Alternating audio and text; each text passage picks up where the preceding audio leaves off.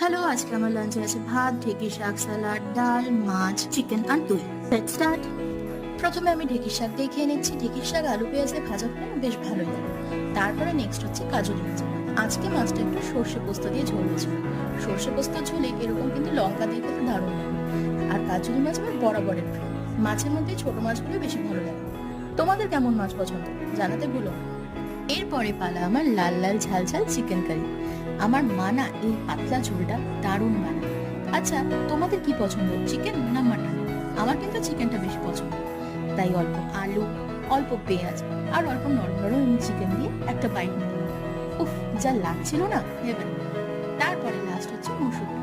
ডাল দিয়ে লেবু চিপে খেতে তো আমার দারুণ লাগে, তোমরা জানো। এটাও অসাধারণ লাগছিল, একদম যেন মুখটাকে ফ্রেশ করে দিল। একদম লাস্টে ক্রিমি দই।